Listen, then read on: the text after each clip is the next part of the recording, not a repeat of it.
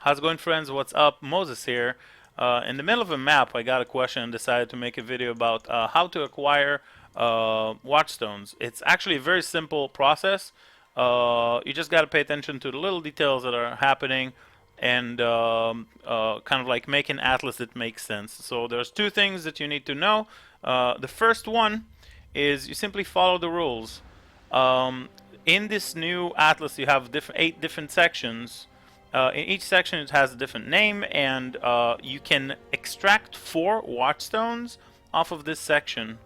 If you look over here, it says Turn's End. It says 1 green one obtained, and 3 red, blue, and yellow not obtained. And then it also says in order to spawn an exile, requires 4.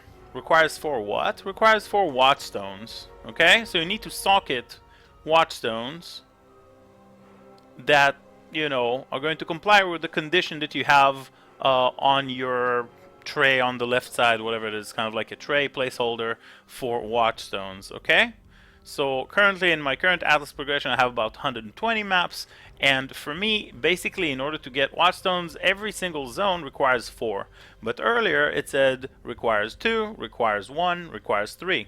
And then I extracted more and more and more watchstones. Overall there are 32 because there are 4 watchstones from each zone. And so if I want to proc a watchstone and an exile, the exile are the conquerors, and when you kill them they will guarantee you a watchstone up until 32, which is the maximum number. At that point you'll need to kill them in order to proc Awakener. Alright, so how do I do that? Very simple. I socket 4 watchstones from any other place. These are completely interchangeable. You can pick up one that, you know, we picked up in this region, and we can move it anywhere on the atlas, any of the other citadels.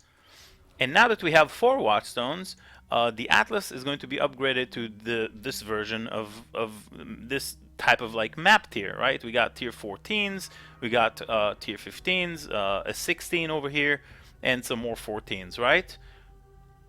So at this point we are in a situation where we need to drop tier 14 maps off of this sector, 14 or 15 or 16 in this case. What we can't do is use previous versions because, okay, if let's say we removed, okay, before we had 4 watchstones we had 3, and we dropped a couple of tier 13 waterways like I have right here. Alright, if I run this tier 13 waterways on a 4 socketed atlas, I cannot proc an exile. I'll need a tier 16 waterways in order to proc an exile. Alright? It's very simple. So that means you'll have to farm different regions on your atlas, tier 14, 15s that you may have dropped in different instances, in order to get your watchstone procced and your exile procced from this specific zone. So we'll need a temple tier 14. Any lower instances of this map will not comply with the condition. It needs to be tier 14. So does this. If it doesn't matter which one of these maps you drop. Let's say you farm and you drop Cursed Crypt tier 14. Good. Tropical Island tier 14. Doesn't matter. Either one of these maps, as long as they're comply with the condition of being the tier that it says so with the 4 watchstones, will then eventually RNG proc you an influence. This is the influence right here, the color. Over here I already have 4 watchstones and an influence, so you can't see the watchstones and you can't unsocket them. Alright, and at this point I will need to farm maps that I currently don't have from this zone until I get an exile spawn. Exile spawn looks like this. This is an exile spawn. Over here in Citadel of Valdo Rest there is an exile, and currently if I go to Zana right here, she will allow me to open up a portal to Veritania's Citadel. If I click this, I lose my map and a new instance begin with this map right here. It's a factory, right? It's a factory map that will have this boss, and when I kill this boss, I'll get the Watchstone. So this is the process. You just gotta follow the rule. 4 required, 3 required, whatever the stage of progression that you're doing, and at that point you need to start farming maps of the tier with the Watchstone.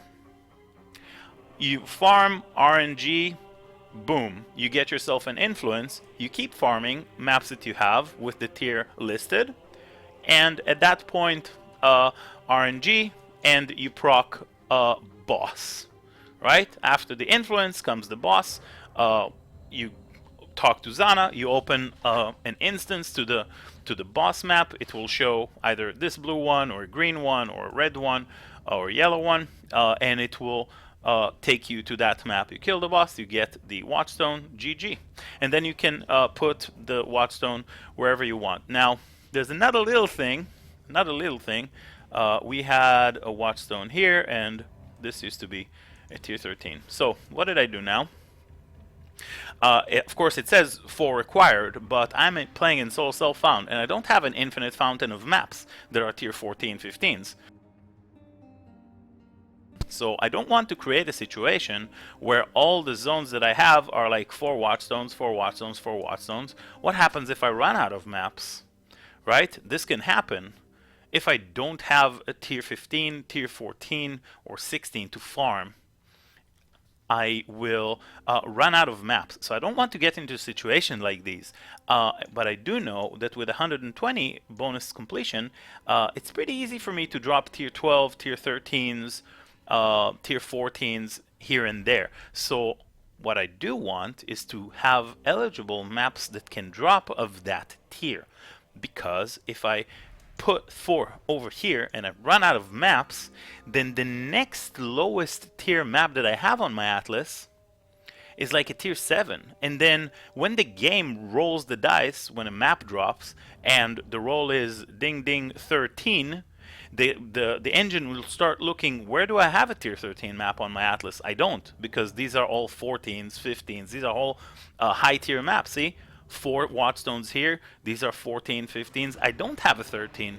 So by default, it will drop to the lowest available map, which currently I believe is maybe 7 or 8. And that will make me lose a whole bunch of value, because I could have dropped a 13 or a 12, but now I have to drop all the way to 7, and this could potentially cause for me to lose all the maps that I have if I get hit by a pretty bad RNG streak, farm all the maps, the high tier maps that I have, and then I don't get any map drops. This could potentially cause me to lose all my maps and then get stuck with a bunch of tier 7 maps to start grinding all the way up. So you got to make sure that you kind of like have an atlas that makes sense, that you also on one hand working on getting your Watchstones, but also on the other hand don't lose, you know, the possibility to drop tier 13, tier 11s, tier 12s, tier 14. Alright? This is it. This is, in my opinion, the 2 big things that you need to know when it comes to this new atlas, how to acquire the Watchstones. There are 32, good luck. The bosses are getting pretty difficult. I'm currently level 94. I can get into this map and try and kill this boss, but I don't want to die and lose my XP. Currently rank 2 Elementalist, even after losing 20 hours to this hardcore desync and death and crash and whatever. But yeah, this is currently, I believe, the biggest stake that there is to know about the Atlas, and I just wanted to share it with you guys. Thank you very much for watching. Make sure to check the stream, like this video to help me with the YouTube algorithm. Doesn't cost you anything, and you know, hope to see you guys around. Take care.